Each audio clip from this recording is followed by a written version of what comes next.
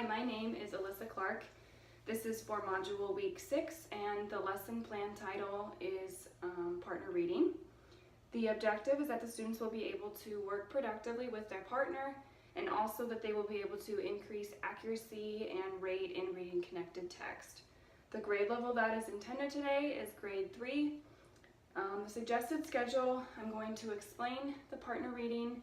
We're going to go through all the possible mistakes and how to fix them, and then I will allow time for the partners to read and coach each other. The recommended group size for this would be pairings.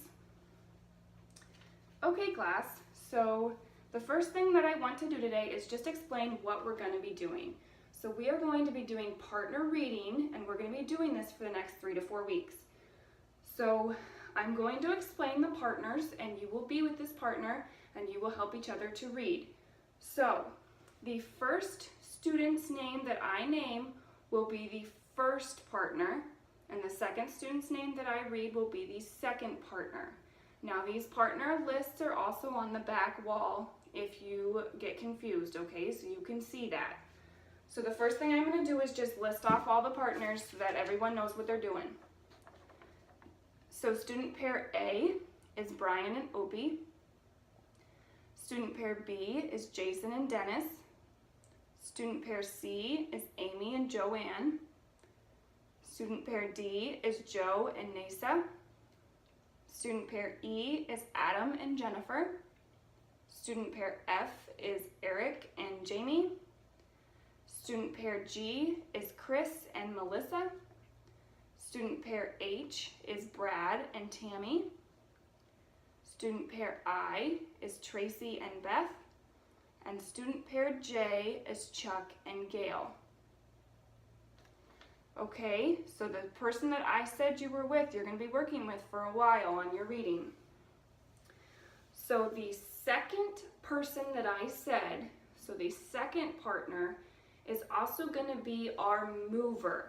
So that means that every time we get in these pairs, you are going to be the one that moves and goes and finds the first partner, which will be the stayer, okay?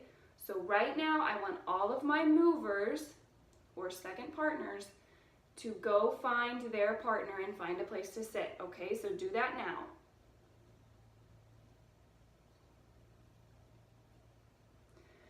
Okay, so in this activity, we are going to be practicing our fluency. So fluency is the ability to read accurately, quickly, and with good expression. So as we're doing this, it's also important that you understand the meaning of what you're reading. Okay, so you want to read accurately, you want to read quickly, and you want to read with expression. But while you're doing that, you need to make sure that you're understanding the words that you're reading. Okay? So during partner reading, you will be either the first reader or the second reader. When you are not the reader, you are the coach. So the job of the coach is to listen for the reader's mistakes, help them when they get to hard words, and give them feedback on how they are doing. The job of the reader is to read accurately, quickly, and with good expression like we talked about. First readers or first partners will read aloud for either a certain amount of time or a certain amount of text, and then the second partner will be the coach. Once we get done with that, then we'll switch. The second partner will be the reader and the first partner will be the coach. Okay? Does that make sense? Does everyone understand that? Okay. So we are going to have a few rules for partner reading. So I have 5 rules that we all need to understand, okay? Rule number 1, talk only to your partner. Rule number 2, talk only about what you are reading. No other conversations. Rule number 3, talk in a low voice. Everyone in this room, every partner group is going to be reading at the same time, so I can't have you screaming. We need to read and talk in a low voice. 4, cooperate with your partner. Okay, work well together. And rule number 5, try your best. Read what you can and do your best, and your partner will coach you and help you. So, I want to explain the job of the coach well so you understand. So when you are reading aloud, you will make some mistakes sometimes. It's okay to make some mistakes when you're reading. Everyone does it. Coaches are responsible for listening for and correcting any mistakes that the reader makes when they're reading. Okay, so at this time I need to make sure that everyone has their text. So if you do not have a copy of Marine Animals, go grab one from the back table. Every person, not every partner, but every person should have a copy of that text, okay? Okay. So I want to talk about the mistakes that might be made. So there are special ways to fix these mistakes. I will show you what to do when you are the coach and your partner, the reader, makes a mistake. Okay, so there are 4 kinds of mistakes to listen for. The first kind of mistake is when the reader says the wrong word. So the word that they said is different than the word that was printed on the page. So follow along as I read the first sentence of Marine Animals, okay? So listen for the word that I say wrong or incorrectly, okay? Everyone follow along. Mammals are warm-blooded animals. What word did I say wrong? Yes, I said animals instead of animals, and that's not the same word. Okay? So if you were the coach, you would say, stop, you said the wrong word. The word is animals, not animules. And then you ask your partner, what is the word? And your partner will say animals, and then the coach will say, good, now try reading the sentence again. Okay, so that's how you would correct that mistake. Another kind of mistake is when the reader gets stuck on a word for more than 4 seconds. So give them a little bit of time, see if they figure it out, but if it takes longer than 4 seconds, then you can correct them. So I want you to follow along as I read the second sentence. Count quietly to yourself to figure out if I determine the word before 4 seconds or not, okay? So follow along in the second sentence.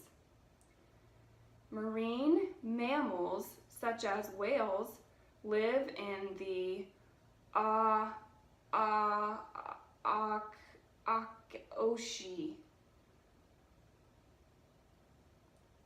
Did I get stuck on a word for more than 4 seconds? Yes, I did. So if you were the coach, you would say stop.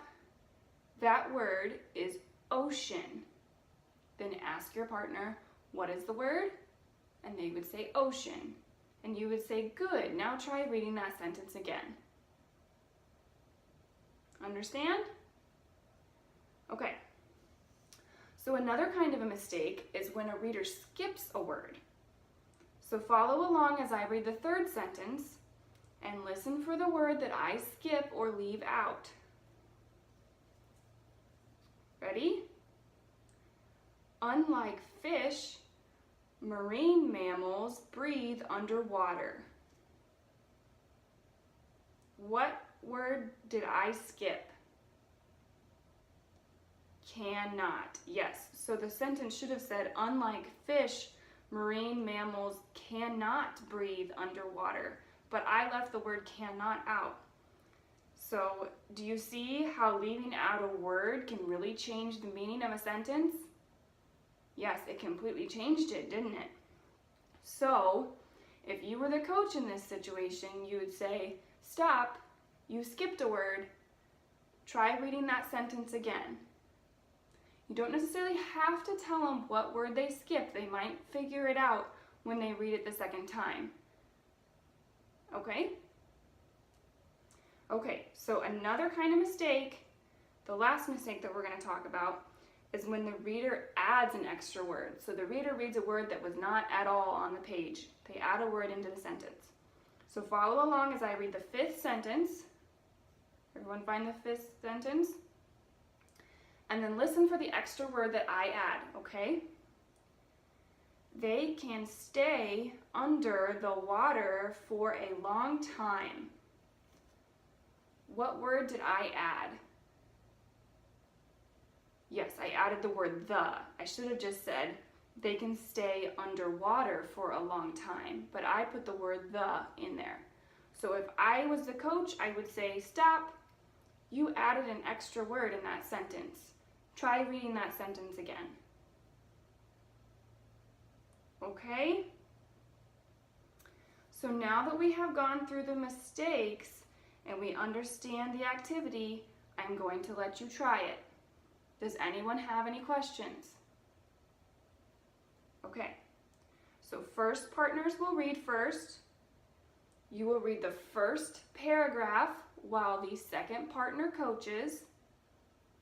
Then you will switch and the second partner will read the first paragraph again while the first partner coaches.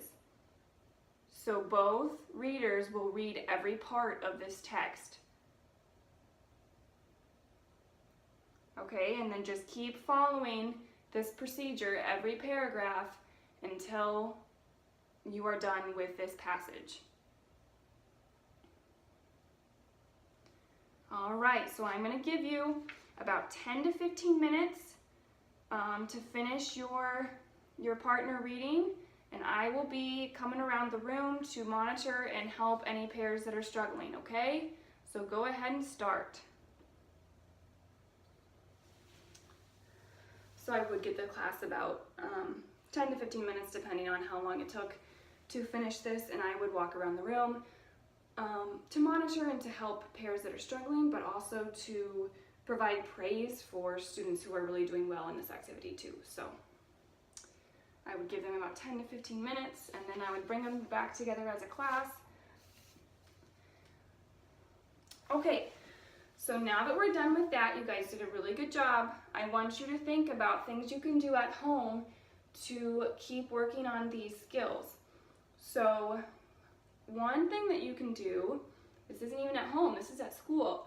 You can do this activity even when I'm not asking for it in class.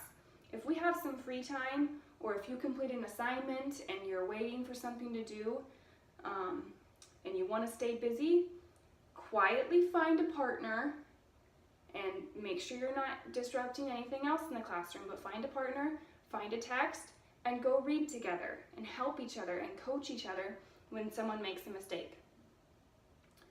Okay? Another idea is to read out loud at home. And this is a big one. Reading out loud at home can really help you to get better with your fluency.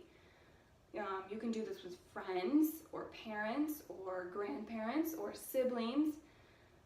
Have the other person, whoever it is, follow along and coach you as you are reading so that they can tell you if you make any mistakes. Reading often will help you to improve your fluency, and it'll just help you to become a better reader. Okay, great job today, and we will continue doing this for the next 3 to 4 weeks. Good job.